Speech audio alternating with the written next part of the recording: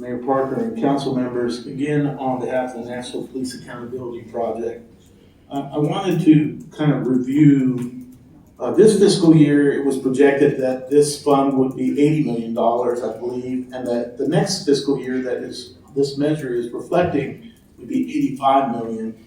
Projection for this year, I think, is actually $130 million. That's substantially more than the CCPD funds were projected to be in a 5-year run. We're on pace to nearly increase the funding by 60% of what was projected.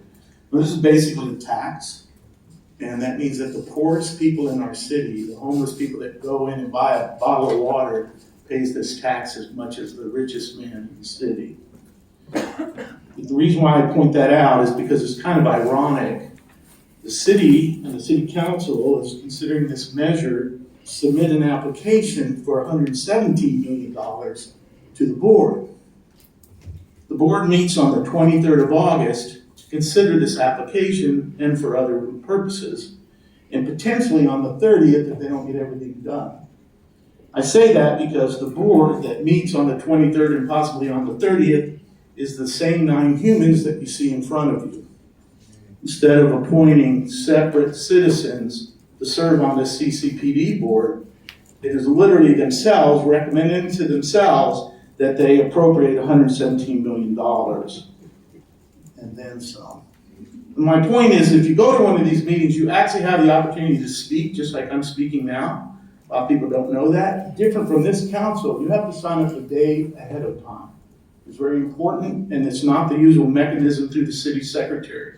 So if you want to speak on the CCPD funding and this measure specifically, when the council votes twice, the second time basically, on the exact same giant chunk of money, learn the method and do it, where I can help you with that a little bit. Separately, what's really interesting is, and I know they won't do it, but this council brags on being the most accountable and transparent city council in the country. And so what I want to encourage them to do is that they do take Police Officer Association funds in their political campaigns to disclose that or to abstain from voting. And better yet, figure out a way to appoint a separate board so that you can have more of that work-life balance that you talk about all the time. Next speaker is Bob Wilkie. See this on the screen, please. You'll straighten it out there, whatever, so you can see it.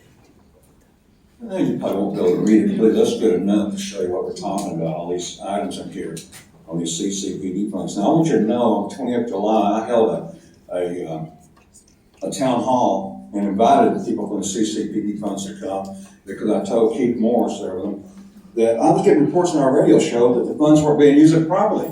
They were given out to different organizations that helped put them back in office. So that's what I was told. And I said, come on the show and let's clear it up. Come to the meeting or the town hall. Well, he couldn't. He got denied to come to our town hall to talk about the CC funds. This paperwork and him should have been at that town hall meeting. This should be advertised in the city news, which is controlled by Michelle Duke. But you'll only see cosmetic news there. Nothing that is substance will be put in as long as she's in charge of our news. Waste of our tax dollars. Totally. Second thing on this, well, Thomas stole part of my thing. Yes, council dismantled the independent board that used to see these funds and put themselves in place. And then they turn around and yell, we're overworked. We need a $70,000 raise. So, same thing with the redistrictizing. They put themselves in charge. This needs to be postponed. It needs to be publicized better. And I got questions all over this thing. I just now seen it. I got too many questions here. So we should be able to answer the question. You put it out for us to vote for it, but you don't want us to know about it when it came out.